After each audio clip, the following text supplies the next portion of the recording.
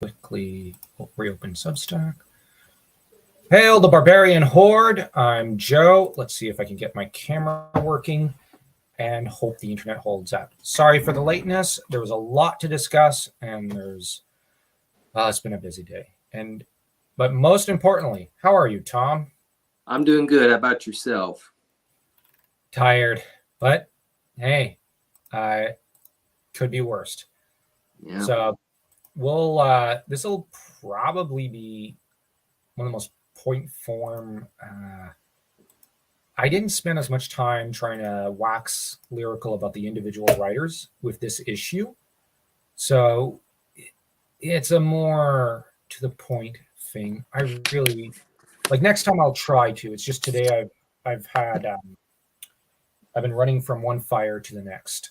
And so yeah, we're just gonna jump in, guys and gals, and then we're going to hopefully have a little bit of a quick, at least 20-minute discussion regarding Tom's post here, which is an older one. It's a review of Conan of Venarium. Do check it out. The only reason I want to discuss it in greater length a little later, Tom, is just we work our way through the indies and then we focus on your essay. I've not read Venarium, and I think it'll be worth discussing in greater detail. Catherine of Elaine is at chapter 6 of her Last Daughter of Wolves, which I think the fact that she's at chapter 6 is pretty darn amazing because, well, she's dishing this out as quick as Howard could. I'm very much impressed by her. The amount that she could write 4 serials a week, and she never misses a deadline every week. And I wish I could write that fast. Stephen King is looking on in envy. A.G. Stevens, I really liked his prologue. It was dark though. And he's followed it up with A Piece of a God, chapter 1. I've not yet gotten to it. I'll get to it.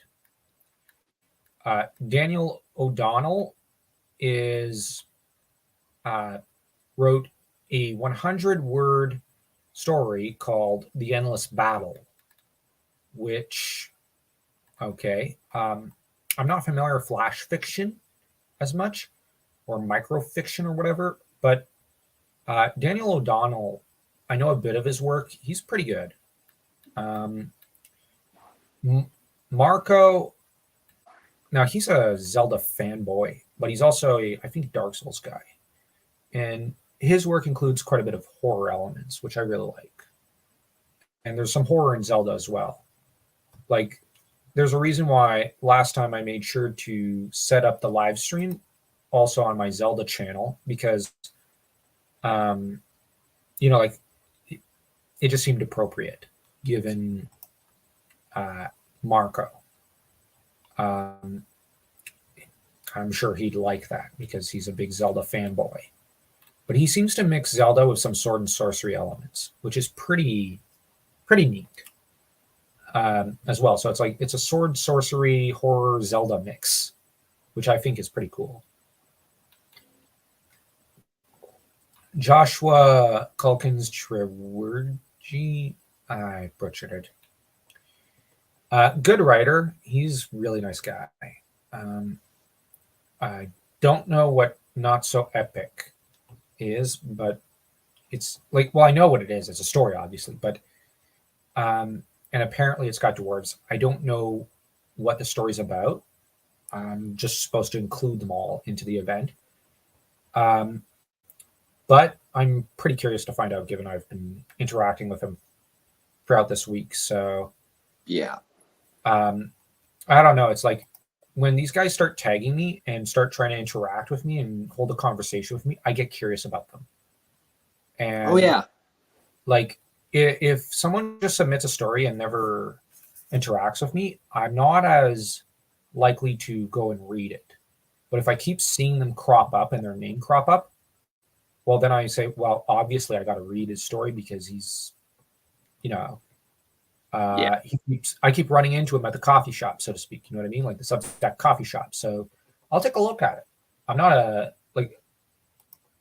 I'm not any real important publisher or something, but he's going out of his way to stick his book in front of me. I might as well take a good look at it. Because typically when I go into notes, I'm just scrolling through and just looking to interact, just to quickly, gather some more subs and gather some attention. But on the other hand, when I go through my notifications, I'm just reacting to people who react to me or something. But when it comes to when I'm looking for an article to read, just because I'm looking for something to read, I look for I think it's Japan Ordinary. Your Substack, Tom. Yes. Like I look for those ones, and I think M.E. Rothwell, because it's history, and I guess Hot History. These are the 4 I primarily go looking for. And there's also Librarian something, Cebuano or something.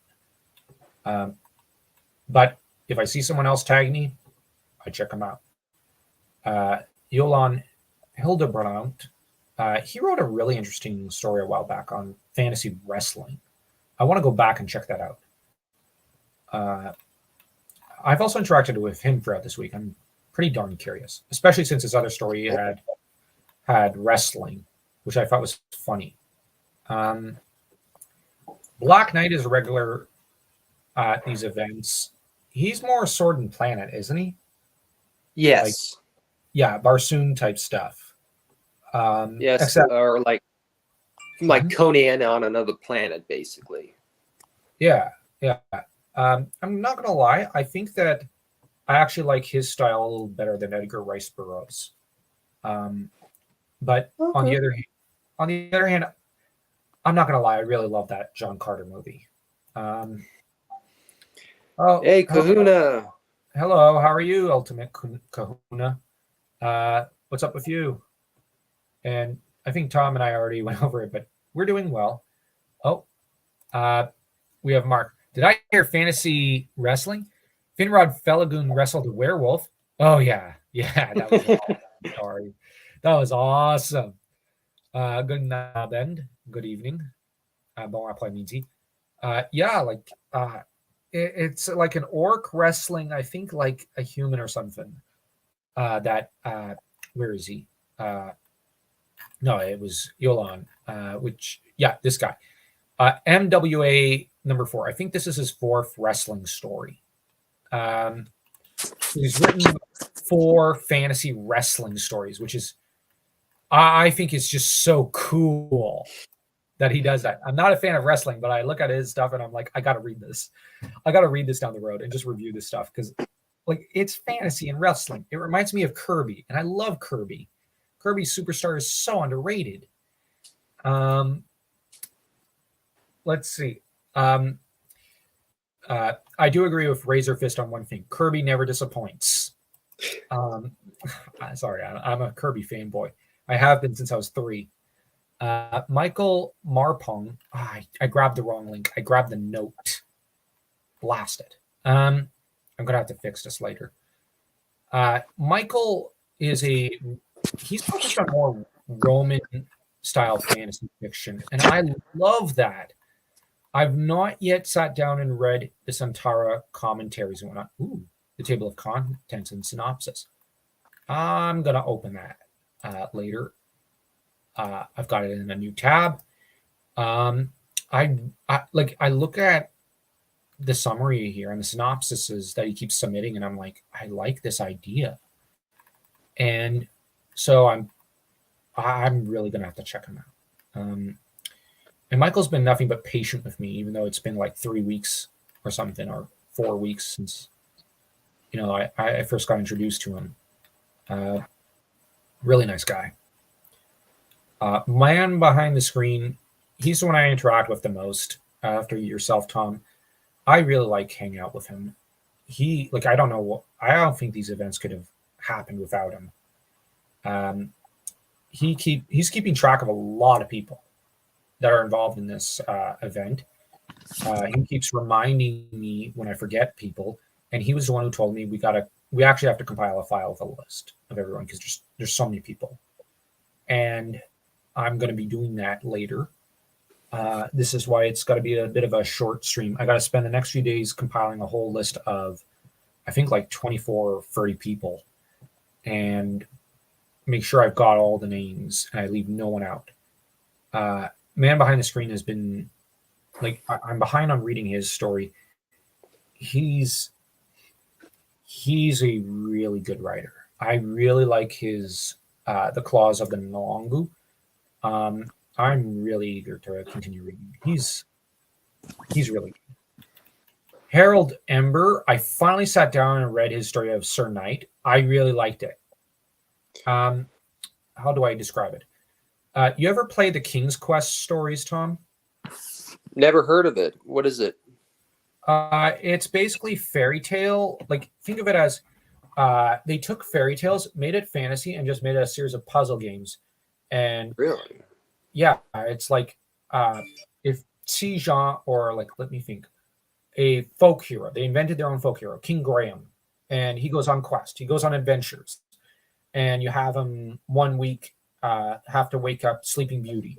Then next week he's got to fight against an evil kingdom. Then the week after, you know what I mean? It's like a series of adventures. Oh yeah.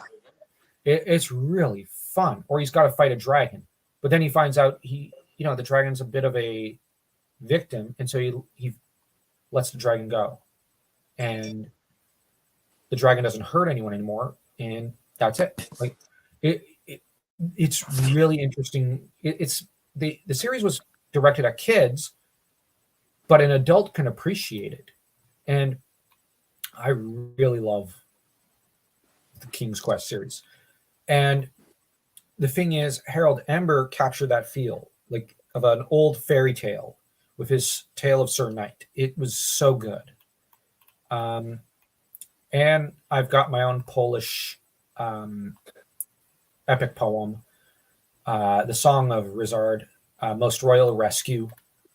I don't know how I can't I don't know if it's any good, but it was dedicated to Richard, my first paid subscriber, and I'm thanking my paid subscribers by giving them their own epic poems where they get to star as knights or heroes in my fantasy world, and they get a full adventure to themselves. And so far there are 3 of them, so I'm going to be writing each of them for their own epic poem. But I'm thinking of doing a part 1 and part 2, so they will get actually about 2 each for now, and that'll be 6 epic poems I have to write. And this means they're each going to be like 15 to 16 pages long. Part 1 is 15 or 16 pages, and then part 2 is about the same length, and they tell stories. And this way I get to thank them, and they get paid subscriber content, and on top of every story of my serial novels after chapter 3 or 4. After chapter 3 or 4, my all later chapters of my serial novels go behind a paywall for my paid subscribers. So that's one thing I'm going to be doing, and I just think the poem is one way to thank them. And yeah, that's very good. That said, I'm going to kind of let me see. I'm gonna have to crack open your review. Share this instead. All right. So now we have Conan of Venarium. Let's talk sword and sorcery. This is by Harry Turtledove. It's behind a paywall. So it's free. You can just have to sign up. Okay. I have no money thing set up. Okay. Wait, hold on. How do I do this? I have no idea. How do I sign up? That's a good question. Sorry if I'm seeming. Yeah, sorry if I seem stupid right now. No, that's all right. I'm not. I'm kind of the same way right now. I don't have any monetary things set up because I don't have Stripe. So I don't know why I did that. Maybe you just edit it and you switch it to everyone. I don't know. But this book, I've not read it yet, but is it the origin story of a 15-year-old Conan? It is an origin story of a 15-year Conan. Is it exactly like how heroic signatures is probably going to go? No, because Mm-hmm. it explores the beginnings of the Cimmerian War when the Aquilonians came in and the Cimmerians almost kicked them out, but at the last minute they weren't able to. So so it essentially turns into like a Vichy style occupation in the middle of Samaria, Mm-hmm. and this governor, this overlord, or however you want to call him, who was sent over there because he's a bit of a troublemaker when it comes to women, Mm-hmm. and especially and he's a royal blood, so he goes over there and he kind of has his eyes set on a girl that Conan likes. Mm. And I'm not going to reveal too much, but it kind of starts the trouble with that gets him involved with the war. Okay. So it's okay. So that's the Uh, inciting force. well, let me read the. You want me to read the to you? Yeah, yeah. Read. You can read the Okay. summary. I'm starting from the beginning. Okay. For decades, millions of readers have thrilled to the adventures of Conan, the barbarian adventurer invented by Robert E. Howard and further chronicled by other fantasy greats, including L. Sprague de Camp, Poul Anderson, and Robert Jordan. Now, Harry Turtledove, one of today's most popular writers of sci-fi and fantasy, science fiction, contributes a novel to the Conan saga, a tale of Conan in his youth and the year or so before he becomes the wandering adventurer we know from the tales of Howard and others. On the verge of adulthood, he lives in a Cimmerian hamlet, caring for his ailing mother, working in his father's smithy, and yearning for the weaver's daughter next door. Then war comes, an invasion by the Aquilonian Empire. Conan burns to join the fight, but he's deemed too young. Then from the border country comes an inevitable report. The Aquilonians have smashed the Cimmerian defending forces and can rule as they please. Soon their heavily garrisoned forts dot the countryside. Their settlers follow after, carving homesteads out of every man's land. Every Cimmerian longs to drive the intruders out with fire and sword, but they must stay their hands, for the Aquilonians have promised savage reprisals. Then, intolerably, the Aquilonian commander takes a wholly dishonorable interest in the weaver's daughter. He's not a man to wait or even ask permission. It's not a recipe for a peaceable outcome. Wow. That's it. Mm. I think this is the only Conan book that was ever written by Harry Turtledove, who has been described today as today's master of alternate history. He wrote such books such as Rule Britannia and The Guns of the South, which, interesting side note, The Guns of the South is to where some guys from the future come on, travel back towards the last year of the Civil War and provide Robert E. Lee and the Confederacy with AK-47s, and they're able to basically win the war. Oh wow. Yeah. That's a big. What Well, happened in that book? which book? In the one where with the time travelers in the Civil War. I didn't read it, but as far as I know, they kind of want to alter the course of history to where America, as we become today, doesn't exist, to favor an outcome for the Axis powers in World War II, essentially, something to that effect, or as a fact, and to where the even lead it up to where the Americans potentially become an Axis ally, which. Wow. That's But however, from what I gathered, Robert E. Lee, after Jefferson Davis becomes the second president of the Confederacy, and he's nobody's fool. He basically goes the opposite direction of what these fools want.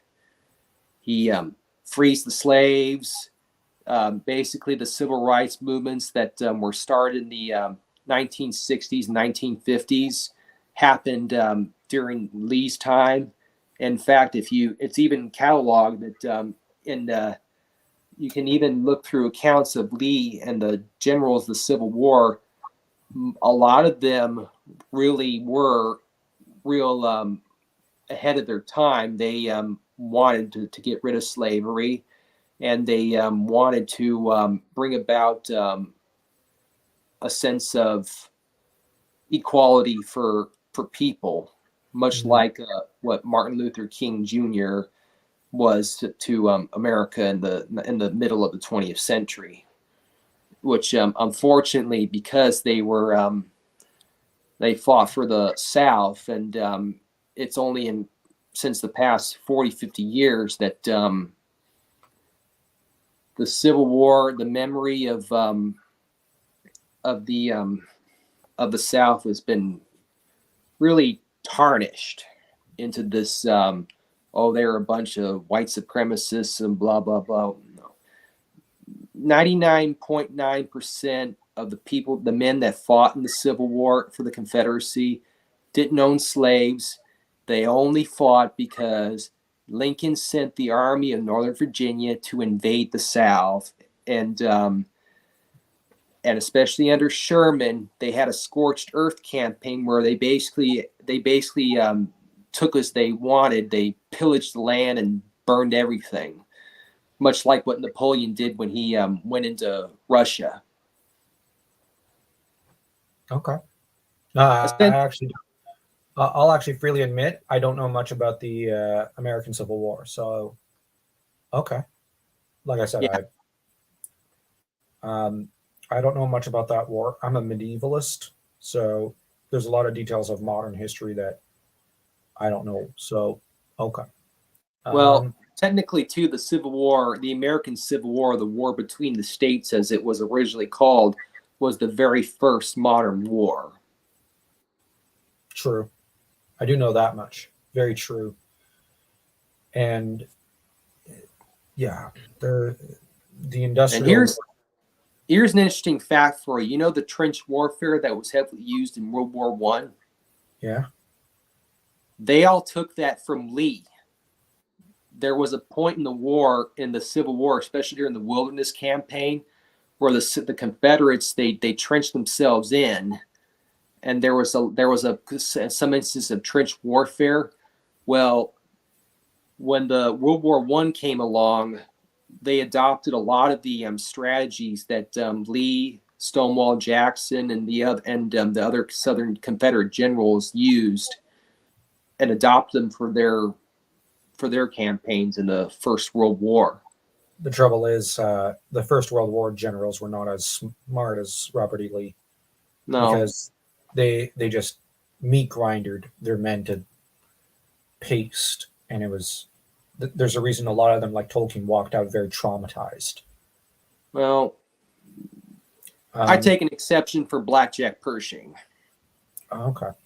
Well, as for Lord of Lek, it's been a while, Lord of Lek. Hey, how you doing, Lord? Yeah, he's someone from World of Conan's channel. He always pops up when we do team ups. And just to tip you off, Lord of Lek, World of Conan and I are currently discussing another team up soon. We've both been very busy with our own lives and our own projects, but we're currently in the talks for another team up. So And Zero's also been very busy with being a father now. So the three of us Oh, are. congratulations. Yeah, he's a father. I don't know if it's a girl or a boy right now. I'll have to ask him when we next meet up. But the three of us are talking about doing another book club podcast. And World of Conan also wants to try reviewing a different book with Dan and I real quick. So I got to actually pick up a copy later and read that. But Lord of Lek, if it's by Harry Turtledove, it can easily be classified as alternative Conan history. It's silly and fun. Okay, so it's very silly and fun and very different from Howard's work. Well, here's an idea for which you and World of Conan can go over. Your thought going back to the Kull stories? We have touched them a little. I think we read 3 Kull stories in our last stream. Oh, really? Yeah, one of our last streams together. And I would like to maybe touch on something like the Mirrors of Tuzun with him, or Shadow Kingdom. I would really like Shadow to. Kingdom is the best one. Yeah, it is. I would really like to talk one of those 2 stories, or both, in the same stream. That's what I'd want to do with him. But he's I think eyeing up a different book, and we're going to be in our trio streams, which are monthly or bi-monthly stuff sometimes. We're looking at a trilogy of stories by of the Conan era stuff, and I'll try pitching more Kull stories to him. He's a big fan of Kull. I also got to look into the last stream we did and whether or not I've uploaded. Well, it's because I've been chopping up the streams into pieces to be able to turn them into videos. I need to look up to see if maybe if I like where I'm at with that, and if I'm all up to date, I don't need to worry about that. Then I'll talk to him about another Kull stream. But if I got to do that, I'll have to actually chop it up tomorrow. And yeah, but we'll see. I'll pitch the ideas to him. I love teaming up with him. Let's see. This is a very long post. It's the basis for a lot of CSA. I have no idea what CSA stands for. Confederate States of America. Okay. Alternative stories to this day. In his history, I think there's a settlement where the South breaks away, Texas is indie, and they all pick diff sides in World War II. Okay. Yeah. Let's see. Mark. Let's say it developed from Napoleonic style warfare to pretty modern warfare. Well, sort of. Arguably, Napoleon belongs to the modern era, but people tend to call it instead its own era, which is fitting in terms of warfare. I think he's referring to the series that Turtledove did with where he took the war here in the not historically. Okay, I misunderstood. Because I think if I remember right, there's Texas, the Confederacy, and the Union.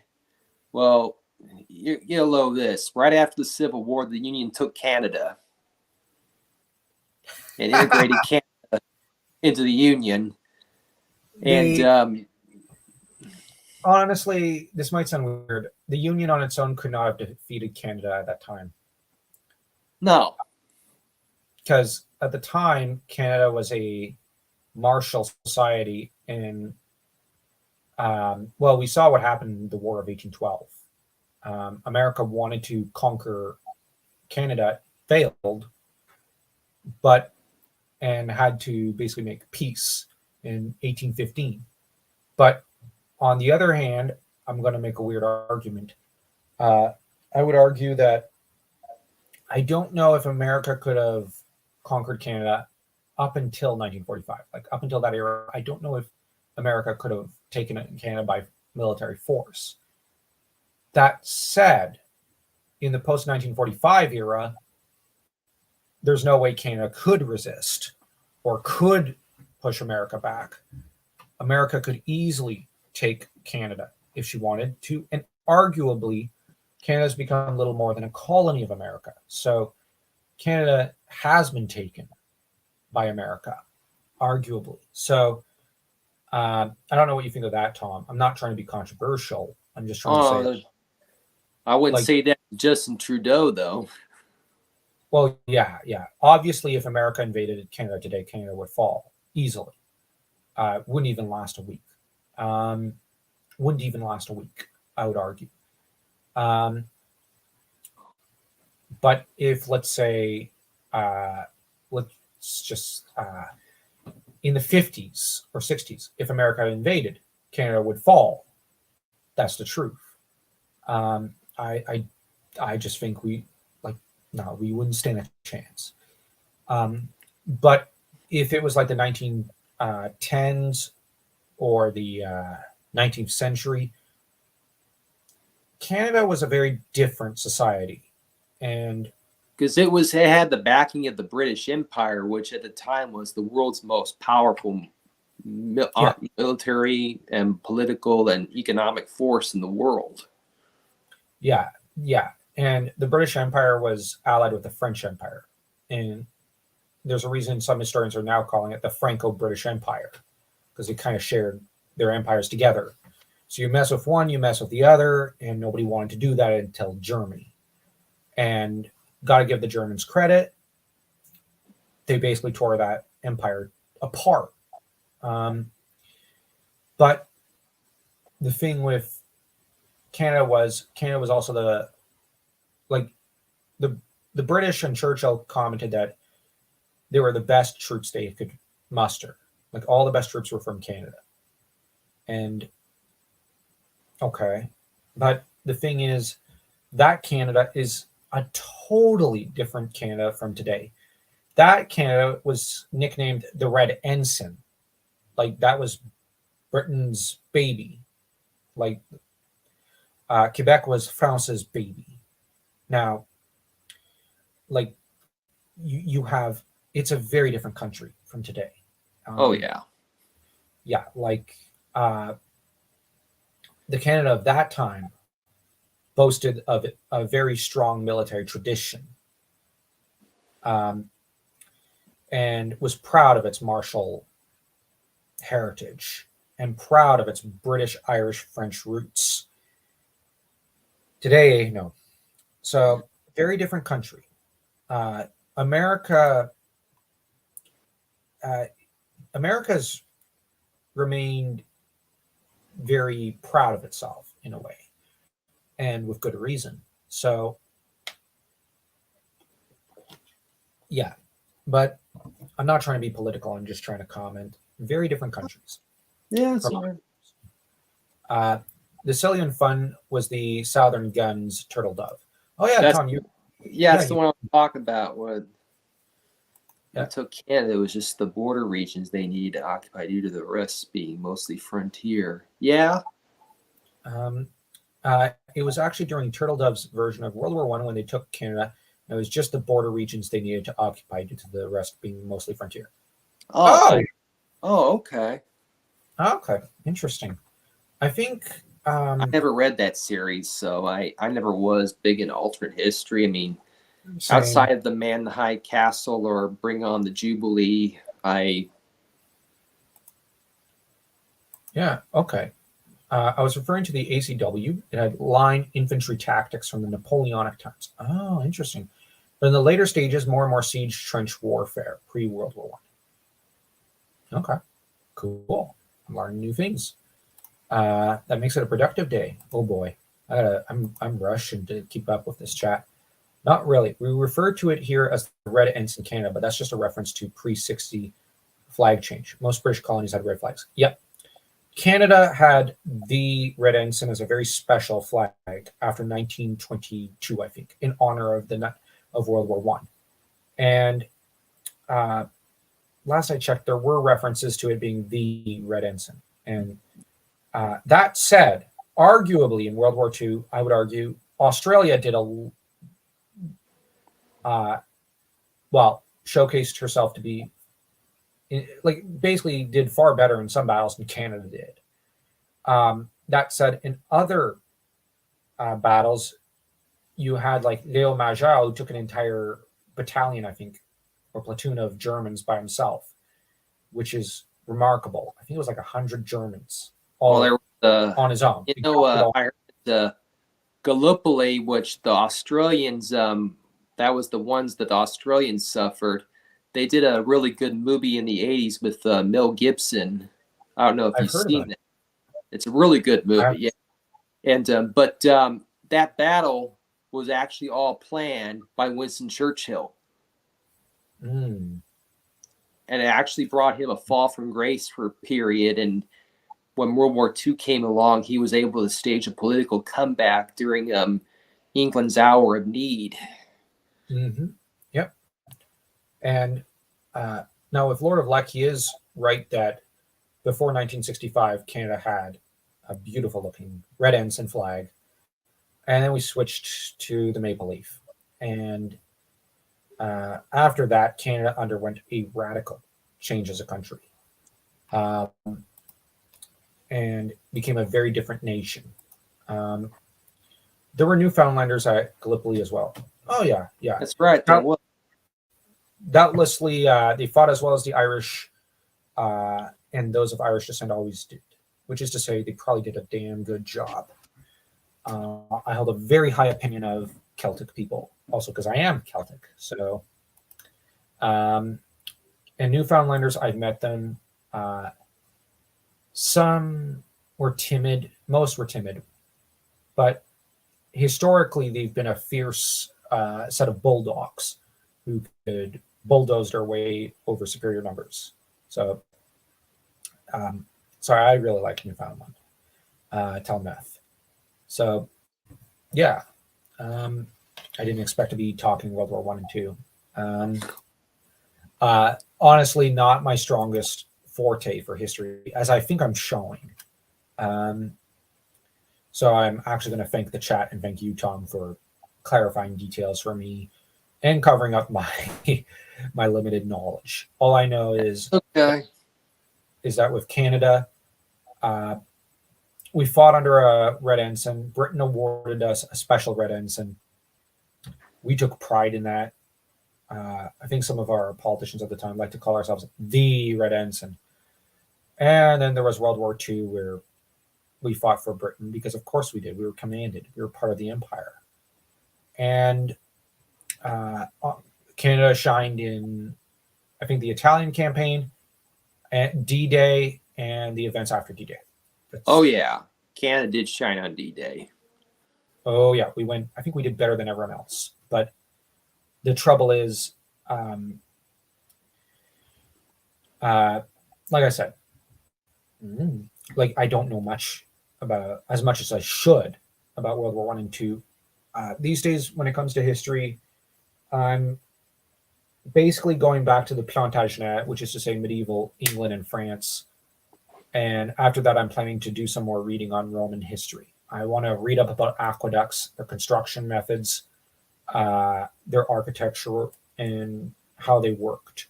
I really want to do that and maybe write a novel about the construction of an aqueduct. Sorry, I love Roman history. They probably made the wrong choice to join Confederation. Well, that's a complicated question. Well, I'm going to say yes and no. Weirdly, I've asked that question of people from Telnef, and they have mixed. Some of them said yes, but no. Like, oh yeah, it was a bit of a mistake, but in some ways it wasn't.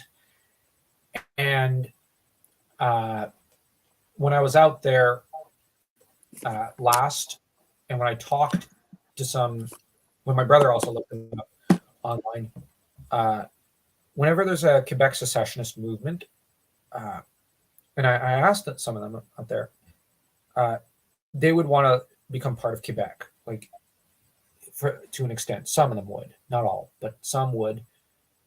There's a sense of greater kinship with Quebec because Quebec is very Celtic, and um, there's. But on the other hand, Newfoundland is very proud of its independence.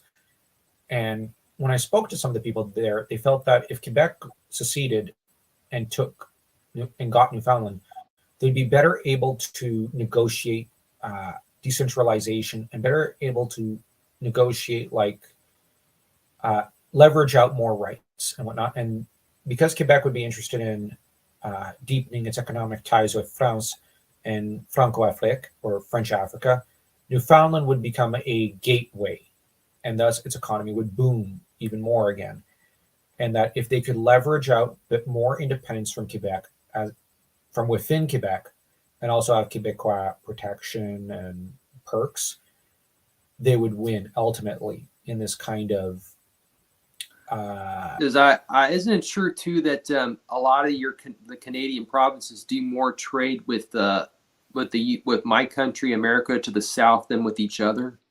Yeah, like Alberta and Quebec trade more with America than they do, I don't know, with say Nunavut.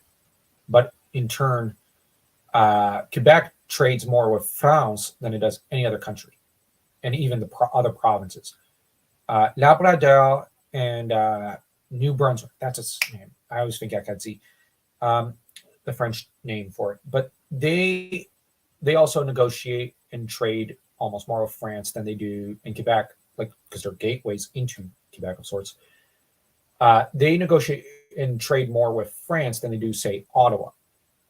And you have like Ottawa, which obviously is more drawn to the U.S. because it's huddling against the U.S. for warmth, as it's been said. Saskatchewan trades more with Alberta and U.S. than it does Ontario. Manitoba, probably more for the rivers, U.S. BC, more of the U.S. Although BC should be trading more with, say, Japan than anywhere else because it's on the freaking East Coast. But and also I think Alaska, to my knowledge. And my knowledge here is very limited. I have to warn people, I'm not an expert here. I'm more an expert on medieval history and whatnot. Because they stopped teaching history in the schools. Yes. Now, on the other hand, you got to also bear in mind, Lord of Leck, I was taught a lot. My schools focused more on World War I and II than they did medieval and ancient history. And this was all throughout my time in elementary and high school. But I, as a person, like to read more books on medieval and ancient history and Asian history than I do modern history. It's a matter of taste. I find modern history is harder to remember a lot of the time. And I know that's a weird thing. It's just the way I'm wired. But it's more of interest, and I'm trying to take more of an interest in modern history. But it's hard for me in some ways as I'm taking more of an interest in modern French history, because I'm French, or Japanese history, than I am, let's say, and I'm struggling my way. I had to take some American history courses, but I've forgotten a bit of it, and I want to try to, after I do catch up on French, British, and Japanese history, focus more on American history. It's just sometimes hard to remember. No offense intended to the American That's audience. okay. I do know I have to take more of an interest in you guys. It's just hard to remember some things, and because it doesn't, but I want to learn. I want to take a greater interest.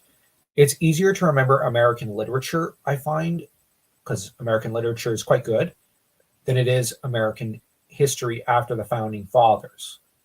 So, and the thing is, I know American history after, after the year 1900, but between the founding fathers and 1900, I don't remember it as much. So I need to take a fresher course and make sure I learn that. It's a matter of a personal flaw, not. But so like the Canadian schools did focus on it. I had to take it in university as a mandatory thing, but I don't remember all of it, so I'm gonna have to refresh. But if you ask me, like the history of animation, like with Walt Disney, Don Bluth, I remember all that. You ask me about the development of, let's say, uh, I don't know, the blues. I might be better at remembering that. I might be able to remember the history surrounding Ronald Reagan's rise to the presidency. I know that. Uh, the American involvement in World War One and Two, I kind of know, but yeah, World War One and Two, it's a little harder for me to remember because I haven't read up about it as much, and I probably should.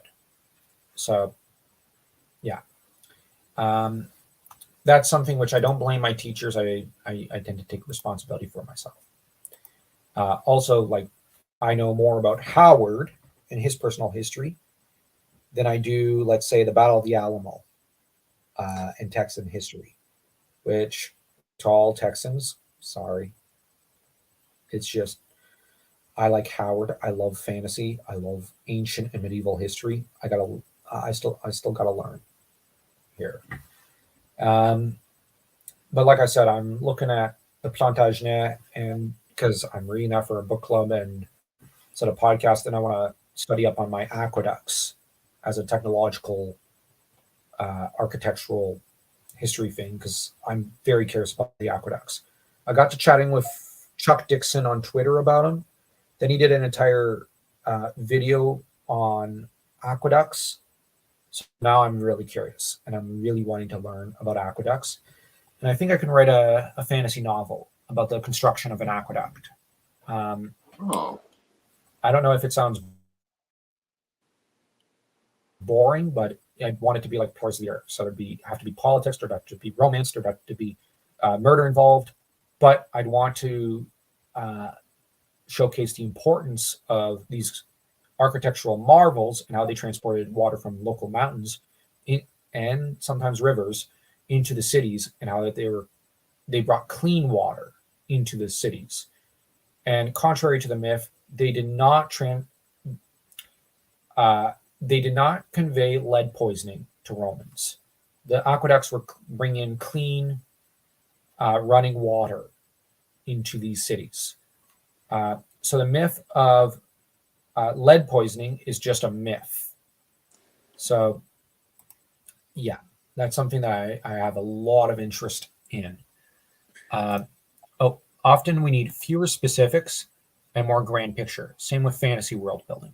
Yeah, you're right, Lord of Lack. You're right. And this is something that now I admire Tolkien and Howard for being able to dive deep into the little picture, the specifics, and also the grand picture. But I think we do need grand world building, and I just like the little picture, the little stuff, because I find it helps me dive deeper into the world.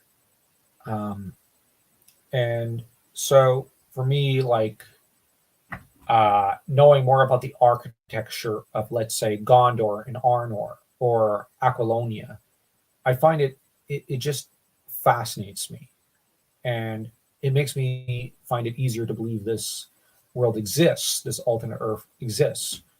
At the same time, I think that the most important world building has to be the stuff like the Empire of Acheron, and Mordor. I do understand that these have to take precedence. You have to first set them up as a writer, and then you gotta get into all the other details. And I think that, like I said, it's a matter that I just love those little details. So, but I do understand where you're coming from. The insides would quickly crystallize, stopping in lead transfer. Yeah, that's what Chuck Dixon informed me of, and I'm now fairly fascinated by that. And that's the thing. I want to know more about those details and how that process works, and how the Romans pioneered that. well, I got to wrap it up in the next 2-3 minutes. So, Okay. We ended up diverted from fantasy into history, also, because everybody, I guess, got into siesta. So we'll be wrapping up shortly. There's nothing wrong with that, but I would not suggest to people to be thinking Silmarillion while they're writing their first couple story. No, you're right. You're very right, Lord of Black. I've been writing for years and years, and so I'm on like I'm quite a few novels down the road, and I'm working on 5, 6 serial novels over on Substack. Um, and I tried running before I could walk, so to speak, in my teens. That didn't work out. I've discarded those works. And these days, I did basically at one point kind of start on a semi-Silmarillion type story, uh, or a set of notes, and I ended up having to dig them up because I was requested to. But for content on Substack, because someone was curious about those notes, they came up in a passing conversation, and I'm going over those notes, and I'm realizing I'm going to have to do a lot of edits. But I do agree that people should start. I think most fantasy writers should start with something simple like The Hobbit. Write something like The Hobbit, or something simple with a grand world building, but not like, don't go into specifics really. Like focus on The Hobbit or Seven Samurai, as you once pointed out, Tom. As like, keep it simple. If you keep it simple and you do something like Howard did The Phoenix on the Sword. These are good, simple stories. They're clear cut, they're simple, or even Kull with the Shadow Kingdom. These are clear cut, they're simple. There's nothing too complicated. You can do complicated a little down the road. But I also think that more complicated stories, such as, say, Hour of the Dragon, start very simple. How does the story start? Zaltatun is revived. Well, then where does the story go from there? Well, we then get into Conan's capture, and from there we get into him journeying back from Nemedia to Aquilonia, and we get a tour through Aquilonia a little, and then we get into his journeys elsewhere. And the thing is, we get a very complex picture by the time we're in Stygia. We get a much more complicated picture of the world and of the country and of individual characters. We have a lot more detail there. But that detail isn't just thrown at us in the first pages. It's Howard doesn't flood us with detail. He slowly works his way to flooding us. Like in the first third of the novel, we get only so many details. By halfway to 3/4 in, we are flooded with details about the world building and the lore. Tolkien does the same thing. He slowly works us through. We have the first 9 chapters or so, which are just meandering little ditties and fairy stories of the hobbits just journeying through the old forest. And all we get are little details about this forest.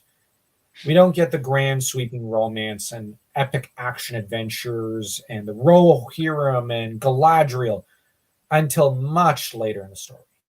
And I think that's how it, you know what I mean? Yeah. Yeah. But have a good one, Lord of Luck. Thanks for spicing up this chat and also the history stuff and providing a lot of knowledge. Really appreciate you, man. Really Yes, thank you very much. Now, I'm going to have to put in the comment section Tom's link, my own, because I always end up forgetting, and I got to put it in the comment section, I think. And I'm going to put there our Substack stuff so people can see,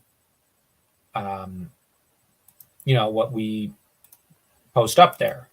And hopefully you'll give us a follow out there because, like, I do write about Conan, but I also write about other fantasy stuff. I write fantasy serial novels. I do horror essays.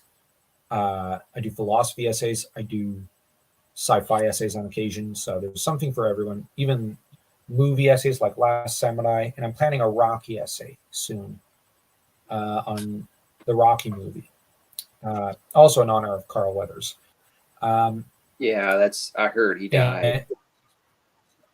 Yeah.